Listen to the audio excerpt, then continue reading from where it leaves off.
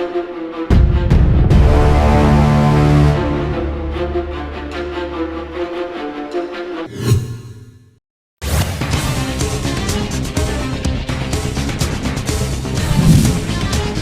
कुंभ कल्प मेले का भव्य समापन आज। मुख्यमंत्री विष्णुदेव साय होंगे शामिल। दिन में तपेगी सूरज, 4 डिग्री चढ़ेगा पारा। अगले 5 दिन अधिकतम और न्यूनतम तापमान बढ़ेगा।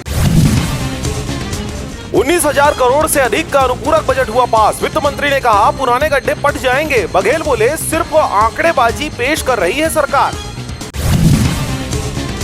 धान खरीदी में गड़बड़ी पर मल्हार सोसाइटी के खिलाफ एक्शन। बिलासपुर कलेक्टर ने दिए एफआईआर के आदेश। विकास कार्यों को तेजी से करने के निर्देश। ईडी के समन के बाद कांग्रेस नेताओं की सीक्रेट मीटिंग। देर रात नेता प्रतिपक्ष के बंगले पहुंचे बैज। पूर्व मंत्रियों वरिष्ठ नेताओं की वकील से हुई चर्चा। शिकायत मिलने पर कार्रवाई। पेट्रोल पंप में कम नाप मिलावट की शिकायतों पर कार्रवाई नहीं हो रही थी। अब सरकार ने कलेक्टरों से छीना अधिकार। शहर में 15 करोड़ से एक और मल्टी स्पोर्ट्स कॉम्प्लेक्स। बच्चों युवाओं को मिलेगी खेल की सुविधा। 100 कारों की पार्किंग और 870 लोगों की बैठक क्षमता।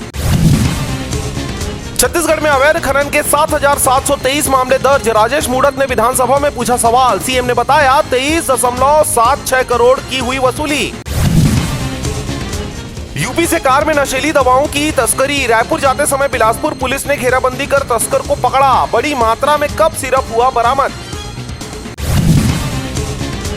कैदियों के स्नान पर सियासत। भूपेश बघेल ने गृह मंत्री शर्मा से पूछा सवाल। कहा कब होगी लोहारीडीह और बलौदाबाजार हिंसा में गिरफ्तार निर्दोषों की रिहाई।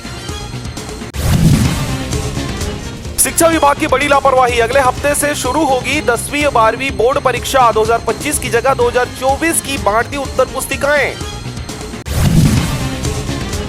बिलासपुर रेलवे स्टेशन का जीएम ने किया निरीक्षण। पुनर्निर्वास के लिए 392 करोड़ रुपए की परियोजना। यात्री सुविधाओं का विशेष ध्यान रखने के निर्देश।